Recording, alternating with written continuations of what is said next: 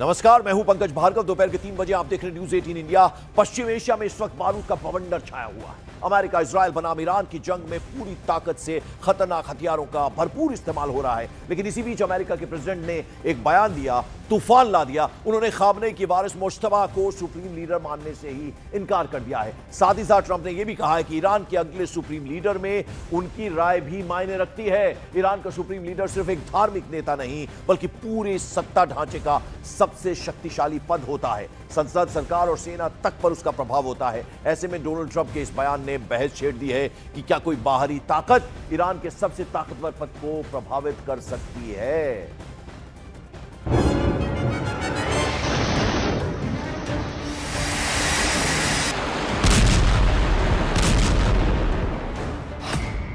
Trump को नामंजूर Iran के नए सुप्रीम लीडर। ट्रंप को अखर गई मुश्तबा की ताजपोशी की खबर। ईरान के नए लीडर पर सुप्रीम संग्राम। ईरान और इजराइल की जमीन धमाकों से धड़क रही। इस कोहराम के बीच अमेरिका के राष्ट्रपति डोनाल्ड ट्रंप की नाराजगी पश्चिम एशिया में नई मुसीबत ला सकती है। अमेरिकी राष्ट्रपति डोनाल्ड ट्रंप के बयान के मुताबिक खामेनेई की विरासत के अगले वारिस मुश्तबा उन्हें नामंजूर है। मुश्तबा खामेनेई का सुप्रीम लीडर बनना स्वीकार नहीं है। वे पुरानी कट्टर नीतियों को ही आगे बढ़ाएंगे। ईरान को ऐसा नेता चाहिए जो शांति लाए। अगर गलत नेतृत्व आया तो फिर युद्ध होगा। ईरान के नेतृत्व पर दुनिया की सुरक्षा निर्भर है।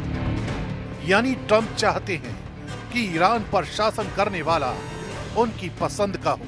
दरअसल ईरान की राजनीति में सुप्रीम लीडर का पद सबसे शक्तिशाली माना जाता है। इस पद पर लंबे समय तक अली खामेनेई रहे। 28 फरवरी को एयर स्ट्राइक में उनकी हत्या के बाद उनके उत्तराधिकार को लेकर चर्चा तेज हुई। नाम आया उनके बेटे मुश्तबा खामेनेई का। इसी बीच अमेरिका के राष्ट्रपति डोनाल्ड ट्रंप ने कहा, ईरान के अगले सुप्रीम लीडर के चयन में अमेरिका की राय होनी चाहिए। ट्रंप का कहना है कि अगर ईरान में ऐसा नेता चुना जाता है जो पुरानी नीतियों को जारी रखेगा तो क्षेत्र में तनाव बना रहेगा। लेकिन एक्सपर्ट मानते हैं कि सुप्रीम लीडर का पद इतना शक्तिशाली है कि उसका फैसला पूरी तरह ईरान की आंतरिक व्यवस्था के तहत होता है। यही वजह है कि ट्रंप का बयान तेहरान में सीधी दखलंदाजी के तौर पर देखा जा रहा है। अब समझते हैं ईरान में सुप्रीम लीडर को चुने जाने की पूरी कहानी को। ईरान में सुप्रीम लीडर सबसे ऊपर होते हैं। उनके हाथ में अंतिम अधिकार होता है। सुप्रीम लीडर ही न्यायपालिका के प्रमुख यानी हेड ऑफ जुडिशरी की नियुक्ति करते हैं। यही न्यायपालिका प्रमुख आगे गार्डियन काउंसिल के कई सदस्यों की नियुक्ति में भूमिका निभाता है। गार्डियन काउंसिल चुनावी उम्मीदवारों की जांच करती है और संसद के अलावा राष्ट्रपति चुनाव की वैधता तय करती है। इसके साथ ही असेंबली ऑफ एक्सपर्ट नाम की संस्था होती है जिसके 88 सदस्य चुने जाते हैं और वही सुप्रीम लीडर का चुनाव करते हैं। यानी राष्ट्रपति और संसद चुनी हुई संस्थाएं हैं, लेकिन सत्ता का अंतिम नियंत्रण सुप्रीम लीडर के पास ही रहता है। ईरान में सुप्रीम लीडर की ताकत यही खत्म नहीं होती। संविधान के मुताबिक यही पद देश की सेना और रणनीतिक संस्थाओं का सर्वोच्च कमांडर होता है। यानी IRGC समेत सैन्य बल सीधे सुप्रीम लीडर के अधीन रहते हैं। रक्षा नीति, परमाणु कार्यक्रम और विदेश नीति की अंतिम दिशा भी वही तय करता है। सुप्रीम लीडर ही युद्ध या शांति से जुड़े फैसलों को मंजूरी देता है और जरूरत पड़ने पर जनमत संग्रह कराने का अधिकार रखता है। इतना ही नहीं, अगर राष्ट्रपति देश के हितों के खिलाफ काम करता हुआ माना जाए तो उसे पद से हटाने की प्रक्रिया भी सुप्रीम लीडर की मंजूरी से ही आगे बढ़ती है। यानी तेहरान की असली सत्ता का केंद्र यही पद माना जाता है। इसलिए जब डोनाल्ड ट्रंप ईरान के नए सुप्रीम लीडर पर सवाल उठाते हैं तो ये मामला सिर्फ बयानबाजी का नहीं रहता। ये सीधे ईरान की सत्ता, संप्रभुता और पश्चिम एशिया की आने वाली राजनीति से जुड़ा बड़ा टकराव बन जाता है। तो भयानक तबाही हो रही है। ईरान में मौत का आंकड़ा नंबर भी बढ़ता जा रहा है। अमेरिका इजराइल हमलों में मारे गए हजारों लोग जो हैं 1332 से ज्यादा लोग मारे गए हैं। लेबनान में 123 मौतें हुई हैं। अमेरिका इजराइल हमलों में 683 लोग इंजर्ड भी हुए हैं। लेबनान स्वास्थ्य मंत्रालय की तरफ से ये नंबर्स, ये आंकड़े जारी किए गए हैं। तो जबरदस्त तबाही हो रही है और साथ ही साथ मौत का जो नंबर है वो भी लगातार बढ़ता जा रहा है। और आपको बता दें कि अभी तक के अमेरिका इजराइल हमलों में 683 लोग घायल हुए, इंजर्ड हुए हैं और बहुत लोग मारे भी गए हैं। और ये हेल्थ डिपार्टमेंट की तरफ से लेबनान के ये नंबर्स जारी किए गए हैं। और इस बीच ईरान की मिसाइल पावर ने इजराइल और अमेरिका की चिंता, उनकी टेंशन बढ़ा दी है, क्योंकि ईरान के पास कई लंबी दूरी की घातक मिसाइलें मौजूद हैं जो इजराइल के कई इलाकों को टारगेट बना सकती हैं। सेजल, कद्र और खुर्रम शहर जैसी मिसाइलों की मारक क्षमता करीब 2000 किलोमीटर तक बताई जाती है। वहीं हिमात की बात करें तो करीब 1700 किलोमीटर और शाहाब 3 1300 किलोमीटर तक वार कर सकती है। अलावा इसके होविजे क्रूज मिसाइल भी करीब 1350 किलोमीटर तक निशाना साधने में पूरी तरह से सक्षम है। इसीलिए ईरान की मिसाइलों को पूरे क्षेत्र की सुरक्षा के लिए एक बड़े चैलेंज की तरह माना जा रहा है। उधर पश्चिम एशिया में जंग लगातार तेज होती जा रही है। इजराइल की कैपिटल तेल अवीव में मिसाइल हमलों से कई सारे जो रेजिडेंशियल इलाके हैं, रिहायशी इलाके हैं, तबाही का मंजर देखने को मिला है। यहां एक घर में मिसाइल गिरने से भीषण आग लग गई, तो वहीं बहरीन में तेल आपूर्ति पर असर डालने की कोशिश में ऑयल रिफाइनरी को भी निशाना बनाया गया है। और इस बीच कुवैत सिटी में सुरक्षा सायरन गूंजते रहे, जिसे पूरे इलाके में हाई अलर्ट घोषित कर दिया गया है।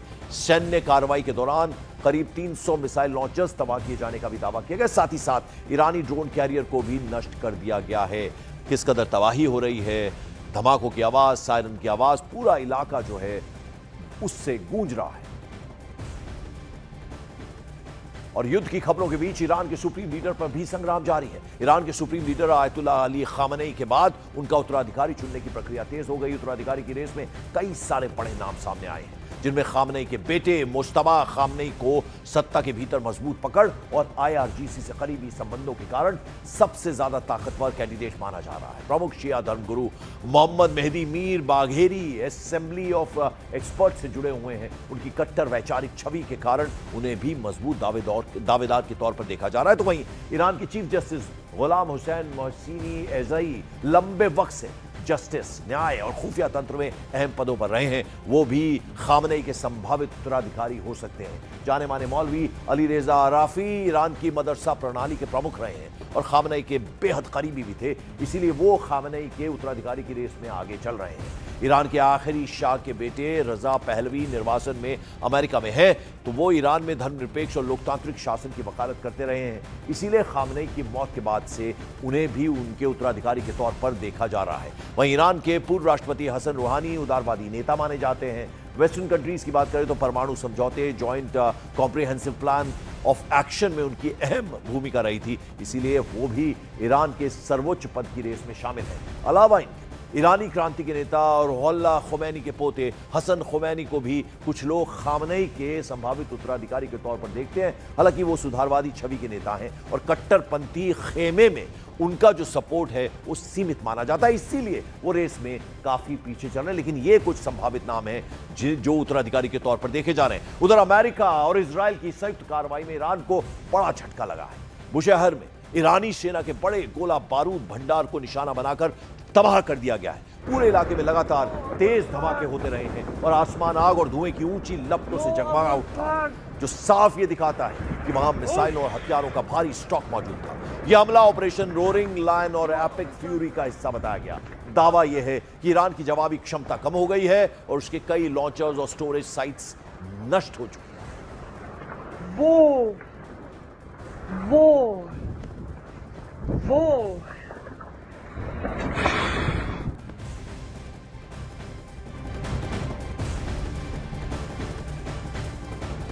और इस बीच सुसाइडल ड्रोन हमलों के बाद अब ईरान की सुसाइडल नाव का नया हमला सामने आ गया है। इसमें दावा किया गया कि ईरान ने रिमोट कंट्रोल से चलने वाली विस्फोटकों से लदी नाव भेजकर एक तेल टैंकर को निशाना बनाया। यह हमला इराकी जल क्षेत्र में खड़े बहामास झंडे वाले टैंकर पर हुआ, जहां नाव टैंकर से टकराते ही धमाका हो गया और उससे खासा नुकसान पहुंचा है। इसे खाड़ी क्षेत्र में वाणिज्यिक जहाजों पर बढ़ते खतरों की मिसाल बताया जा रहा है। ईरानी पक्ष ने यह भी दावा किया है कि उसने फारस की खाड़ी के उत्तरी हिस्से में एक अमेरिकी जहाज को भी अपना निशाना बनाया है।